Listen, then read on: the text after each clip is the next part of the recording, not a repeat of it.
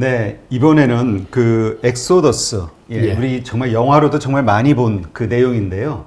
그 이집트의 노예 생활을 하던 이스라엘 유대인들이 어떻게 그 이집트에서 탈출하게 됐고, 그 다음에 어떻게 그 후에 자기의 민족을 이루게 됐는지 그 유대인 경제사 뒷부분을 오늘 알아보도록 하시죠. 일단 좀 설명해 주시죠. 엑소더스와 관련된.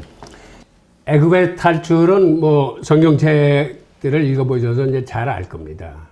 근데 전체적인 그 레이아웃을 보면은 결국 가나안 집안의 기근이 들어서 풍요의 땅으로 옮겨갔는데 거기서 400년을 지나면서 200만이라는 대민족으로 성장을 합니다. 즉, 그 인구는 이집트 원주민 인구보다도 더 많아진 거예요. 근데 그러다가 옮겨갔을 때는 같은 셈족이 파라오였지만 나중에는 원주민들이 쿠데타를 일으켜서 파라오가 바뀌면서 유대인들을 이제 박해를 하고 유대인 전체를 건설로해로 만듭니다. 즉 풍요롭게 살던 유대인들이 한순간에 정권이 바뀌면서 민족 전체가 노예가 된 최초의 사례예요. 그 다음에 또 노예로 있던 상태에서 그 아픔을 호소하니까는 하나님께서 어눌한 모세를 앞세워서 이 사람들을 이집트에서 이끌어냅니다. 그러니까 이게 사실은 유대교에서 이제 가장 중요한 그 유월절 행사가 되는데 그들이 시나이 반도에서 40년을 있으면서 시나이 산에서 하나님으로부터 율법을 받아요. 그래서 그게 유대교가 탄생하게 됩니다. 즉 노예였다가 자유인이 되면서 그들의 신앙인 유대교를 하나님한테서 이제 받는 그러한 일련의 시나리오가 이제 엑소더스인데요. 여기서 어떻게 보면은 그 시나이 산에서 받는 율법이 유대교 입장에서는 가장 중요한 거죠. 그러니까 시나이 산에서 받은 율법의 개수가 613개인데, 즉 율법의 총 개수가 613개입니다. 그 중에서 뭐뭐 하지 마라라는 그 네거티브 시스템이 365개고 뭐뭐 해라라는 포지티브 율법이 248개인데 이렇게 네거티브 시스템이 많은 거는 사실은 하지 마라 하는 게 인간의 그 자유의지를 존중해 주는 거예요. 그게 인간을 덜 압박하는 겁니다. 예를 들어서 자식이 숙제를 안 했어. 그래서 벌을 내릴 적에 너 오늘 숙제 안 했으니까 게임 오늘 하면 안 돼.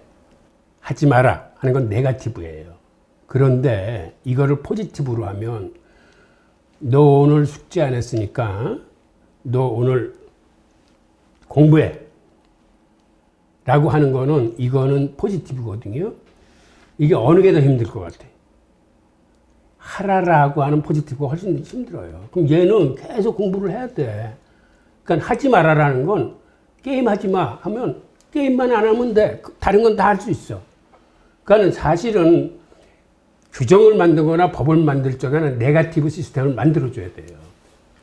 우리 한국에서 실수한 것 중에 하나가 우리가 인터넷 그 공인인증서 같은 게 이렇게 오래 쓰여가지고 그 인터넷 발전을 저해한 요소로 돼 있던 게 이게 포지티브 시스템이라고 그래요. 그러니까는 인터넷 보안 법규를 할 적에는 공인인증서를 써라 이렇게 돼 있거든. 그러니까 그렇게 되면 그게 관련 회사들은 편한 거예요. 법으로 쓰게 돼 있으니까는 그 공인인증서를 다 쓰는 거야. 이게 효율성이 어떻건 이걸로 인해서 사람들이 어떠한 부작용이 있든 간에 관계없이. 근데 그거를 포지티브로 만들지 않고 예를 들어서 보안을 지키기 위해서 최소한도 요거는 하지 마라. 이렇게 네거티브로 만들었으면은 우리의 그 인터넷 보안이나 이런 게 굉장히 빨라서 지금 뭐 홈쇼핑이나 그 인터넷 쇼핑이 훨씬 더 발전했을 텐데, 그러니까 이만큼 규정이나 법규를 네거티브로 만드느냐 포지티브로 만드느냐가 중요한데 바로 율법이 네거티브 시스템으로 되는 겁니다. 그리고 시나이 산에서 율법을 받을 적에 하나님이 중요한 거는 십계명으로 줬지만 그 다음에도 그 살아가면서 필요한 많은 거를 일일이 다 가르쳐 주셨어요. 그래서 성경을 만들 적에 그 중에서 중요한 거를 뽑아서 그 모세오경을 만들어서 그걸 토라라고 유대인들의 경전으로 쓰고 있는데, 그거는 기록돼 있다라고 해서 성문율법이라고 합니다. 예를 들어서 성전을 만들 적에 어떻게 해라라고 한 건 썼어. 중요하니까. 그런데 성전을 만드는 자세하고도 구체적인 방법은 성경에 쓰지 않고 구전으로 말로 전해져 내려왔어요. 그런데 이것도 하나님의 말씀이기 때문에 이것도 율법이면 틀림이 없어. 이렇게 구전으로 전해져 온 것들이 나중에 집대성된 게 탈무드예요. 그러니까 그들의 히브리 성경은 기록된 성문율법이고 구전으로 내려왔다가 이걸 나중에 기억이 훼손되지 않게 해서 다시 기록으로 남긴 게 탈무드예요. 그래서 유대교는 경전이 두 개입니다. 하나는 토라고 이제 하나는 이제 탈무드인 거죠. 자, 그 다음에 지금 그 유대인은 셈족이지만 당시 고대 원시 시대에는 셈족과 더불어 이제 아리안족이라고 있었습니다. 즉 셈족은 사실은 정주민족이야. 반면에 아리안족은 저 흑해와 카스피해 사이에 초원에서 살던 유목민족입니다. 근데 아리안들이 먼저 철기 문명을 탄생시켜요. 그래서 그쪽에 철권과 이제 이륜전차가 탄생해서 이 아리안들이 그 이동을 시작합니다. 그래서 아리안들이 이동하면서 인류의 대이동이 이루어져. 그들이 유럽에 들어가서 그 게르만족을 밀쳐내면서 게르만족이 전 유럽으로 퍼지기 시작했고, 그 다음에 그들이 갖고 나온 종교가 이 조로아스터교하고 이제 브라만교거든요.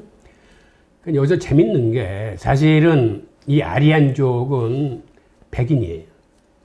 셈족은 사실은 황인종이고, 그런데 오늘날 셈족으로부터 탄생한 종교, 즉 유대교, 기독교, 이슬람은 이거는 서구 종교가 됐어. 반면에 아리안으로부터 탄생한 종교, 조로아스터교나 브라만교는 이게 나중에 동양으로 들어옵니다. 그래서 인도로 들어와 가지고 브라만교가 그 줄기가 불교가 돼. 그리고 불교에 반발해서 일어난 게 힌두교야. 그래서 이쪽은 오히려 동양 종교가 됩니다. 그런데 이 서양 종교하고 동양 종교의 가장 큰 차이는, 서양 종교는 하나님이 피조물을 창조를 해. 그러니까 여기는 지배자와 피조물이라는 이런 관계 설정이 됩니다. 근데 동양 종교에서는 신 자체가 분화돼서 천지만물과 사람이 돼.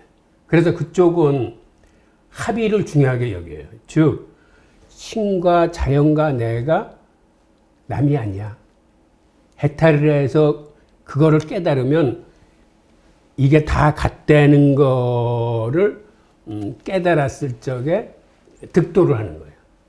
그러니까 기본이 틀려요.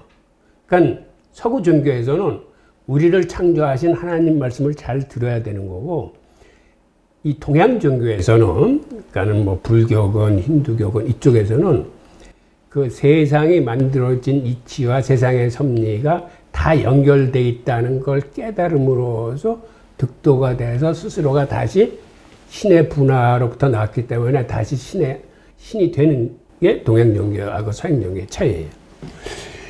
그 다음에는 실제로 유대인들이 기원전 6세기에 바빌론에 잡혀가서 그 전체가 노예 생활을 할 적에 이 바빌론을 정복한 게 페르시아예요.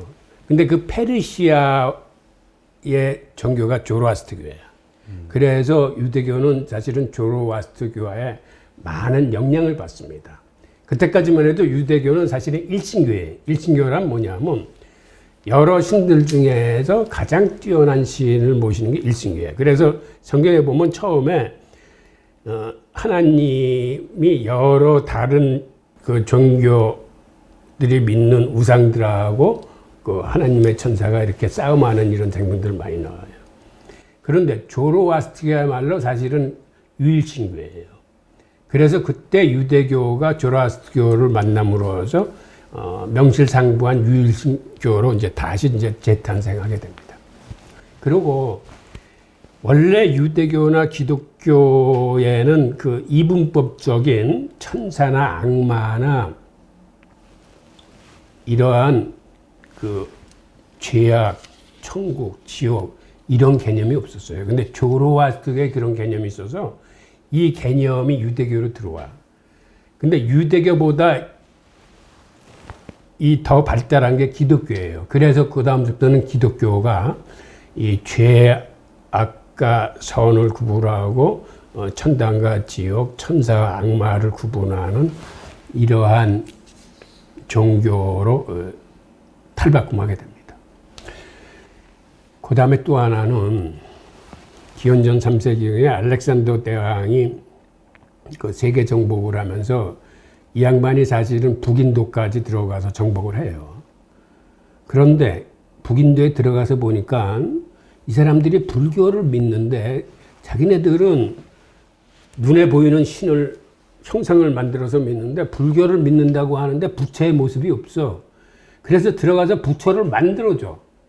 그래서 이걸 간다라 불교라고 하는데, 그래서 초기 불상을 보면은 이 사람들이 다 곱슬머리에다가 이 실크 같은 옷을 입고 있어. 그게 그리스 사람들이 만들어줘서 그래요. 그리스 문화.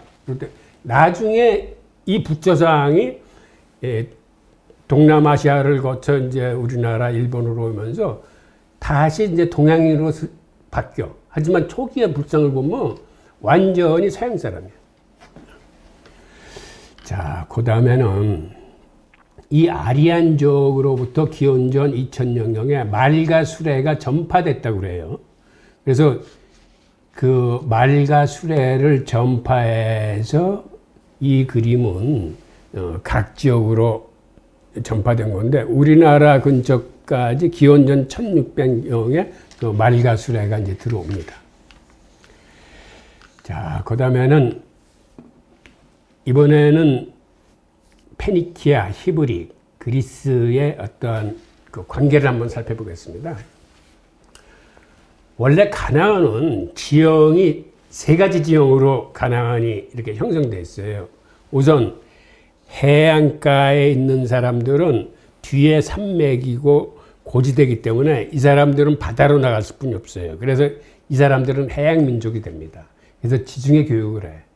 그 다음에 산맥과 고지대에 살던 사람들은 여기서 유목 생활을 하면서 이제 양이나 그 낙타를 기르는데, 유목 생활을 한가 동시에 낙타를 끌고 다니면서 이 사람들이 장사를 해. 대상.